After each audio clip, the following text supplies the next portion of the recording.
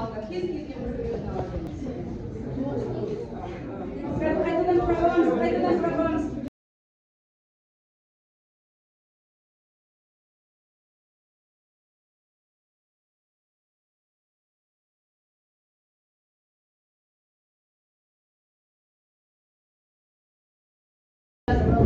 Балалар қалай ойлайсыңдар?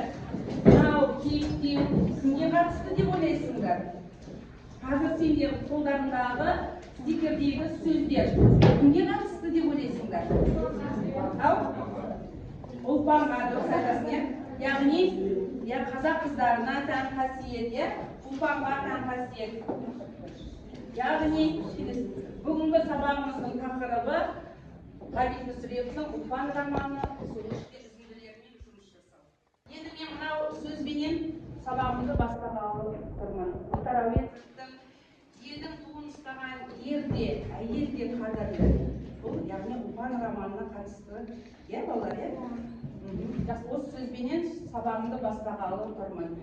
Енді біздің бүгінгі сабағымыздың тақырыбы, мақсаты көркем шығармалардан алынған үзінділерді шығармашылық жұмыстарда қолдану.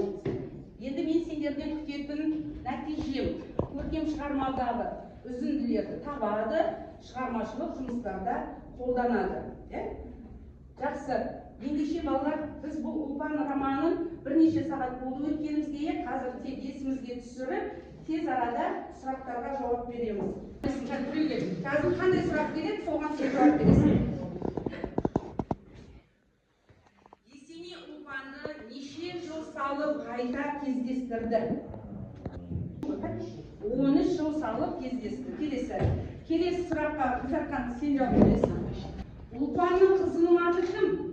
Жекен. Келесі.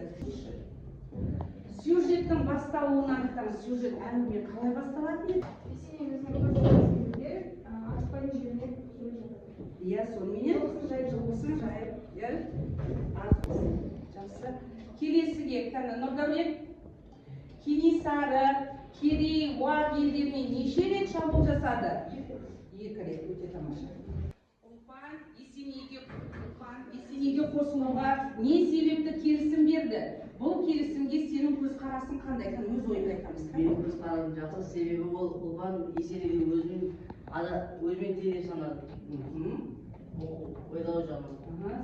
Қазіргі заманменен сәйкестендірсең, сенің көзқарасың жақсы ма? Сондай өзіне сай жігіттерге тұрмысқа шығу керек деп ойлайсың ғой, қанша жасына қарамастан, жарайды, жақсы. Әркімнің ойы балалар құнды,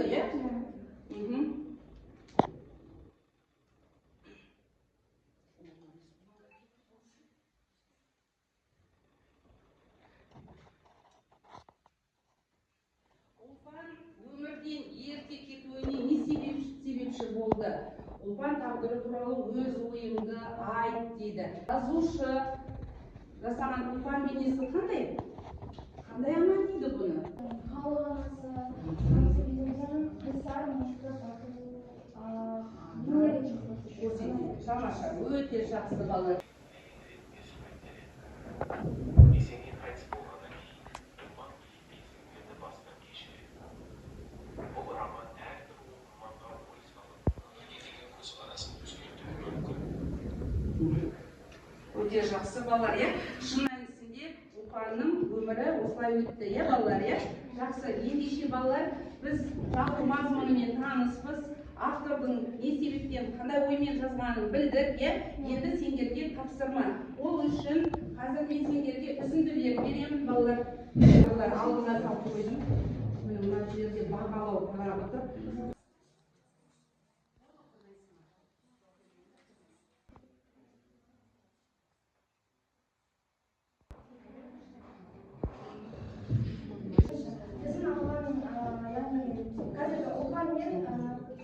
заманауи яғни қазіргі кезде жұмыс істейтін саясатта жұмыс істейтін кісі Оразкүл Асылмазықызы.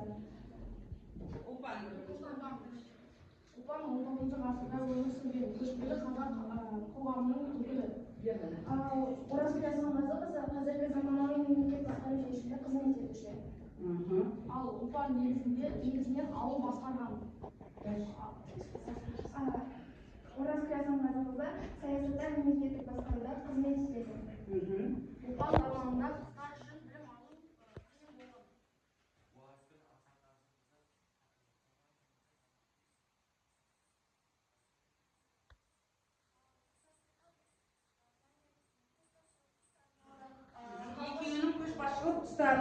жақсы тыңдаймыз. және де халық үшін қызмет етуде екі кісі де халық үшін қызмет еткен. Екі кісі де әйел адамдар. Және де күшті, яғни батыр, қайсар қазақтың қыздары. Өте жақсы. Иә балалар, кәне қошеметтеп қойып жақсы қол сайысы бойынша авторға қарсы идея, ой айтады. Біріншісі, менің ойымша Тұрсан, яғни ол ұлпанның күйеу баласы, ұлпанды қырлаған дұрыс емес болды. Тұрсанның озбарлығы үшін ұлпанның өзіне шындығы. Яғни ұлпан өзі ер намысты қыз болғаннан кейін ол Тұрсанның өзіне жасаған қорлығына шыдамай өзіне өзі қосылды. Үшіншісі, сондықтан Тұрсан жағымсыз қылықтар жасаған үшін ол шығармадағы ең жағымсыз кейіпкер болды. Қорытындылай келе, Тұрсанның өзі озбарлығы үшін ұлпан өледі, мен де әкесінің аяғандығына шыдамай шоққандай өзіне жақсы көреді. Ол Тұрсан өзінің отбасын өзі қиратқанына дәлел болды. Иә, өте жақсы. Иә балалар, жалпы Тұрсанның қасиетіне қарсы келіп тұр. Ол жақсы қасиеттегі кейіпкер болғанда деп тұрсыңдар. Иә, өте жақсы. Қайталанбас тұлға деп есептейді. Романда мақпал қара көзіне көз түссе таңа барма. Және қонақтардың бәрі ұлпанды көрсе көзімен жанап сұлулығына таңғалып өтетін. Ұлпан анамыздың сұлулығы айтып жеткізе алмайтындай бейнеленген. Ол кісі ел басқарған ұлы намысшыл сұлу дара анамыз тарихта өте үлкен орны бар кісі болып келеді. Яғни осы жерден үзіндіні таптыңдар, иә? Жақсы.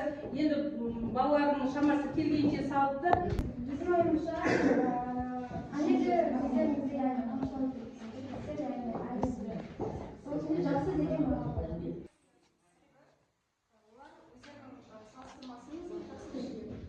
Өте жақсы. Яғни әрі қарай осындай ақ сәйгүлікке мініп, білімдерін көрсете берсін, иә? Алғыстарынан ақ көбік болса, қатар жүрген үш ақ таукес пәуескені ұшырып әкетерде ағып келеді. Үзіндіні жалғастырамыз. Бұны енді дәптерлеріңізге орындасаңыздар болады. Жеке-жеке соның ішінен топтан біреуін алып оқып бересіздер.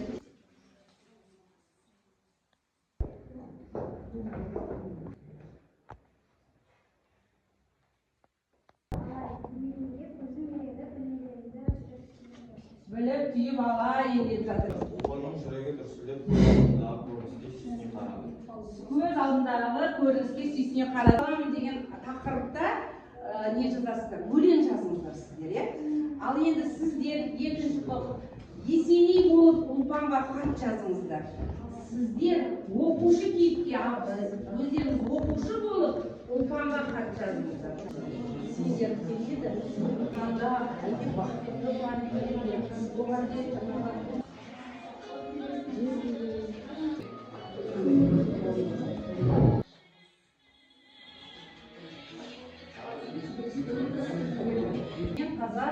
Мен қазақ қыздарынан қайрап қалам, нәзік болса да қайратта қайралмаған, ақылымен өжеттімен әлем танып, тағдырдың тезіне таймаған жан. Ана болып бар намысты тау еткен, ел үшін ерлер менен теңескен, қазақтың арулары асыл мұра, жарық шашқан шыраға сөнген. Сен мені адам қылың, өзің өрдегі жарты жарым өзің бол. Менің басымдағы төге сүйген өзің. Менің құдайдан мөлшер тілегім сенің амандығың. Егер мен тірі болсам, мен бақытты болар едім. Менің жасым келді, мен сені аларда Есеней орнына Есеней боларсың деп алғанмын. Мен саған сенемін, сен де жаным қолдан бәрін біледі. Сіз қазақ қыздарының батылдығын, сұлулығын, ерлігін көрсеткен ел анасысыз. Сізге адам көп болсын. Ұнады. Несінен ұнады? Жазыңыздар. Бүгінгі сабаққа комментарий. Өздерінің ойларыңды бүгінгі сабаққа тағы да қояр сұрақтарың болса, тез жазып кетіңдер. Қысқа, нұсқа.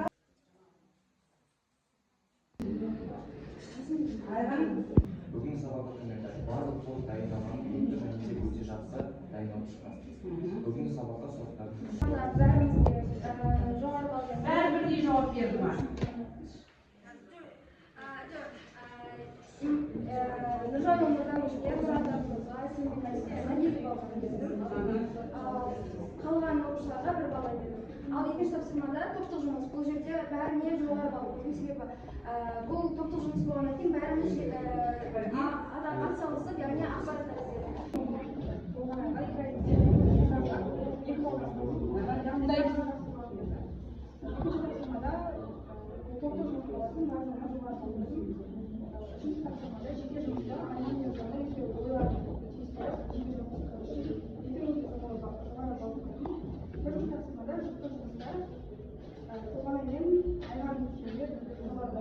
Өте жақсы, иә, керемет. Бірінші тапсырмада шекара айтатыне мен Сөйлемейсіз. үйреніп баланы дәлдәне алышуіне балық көрінісі болар сұраққа толық әрі нақты жауап берді. Жақсы. Екінші тапсырмада бәріне балық көріп шықтым. Себебі бұл топтық жұмыс болмай бәрі Жақсы балалар. Барлықтарың жақсы атсалыстыңдар. Рахмет, барлықтарыңа.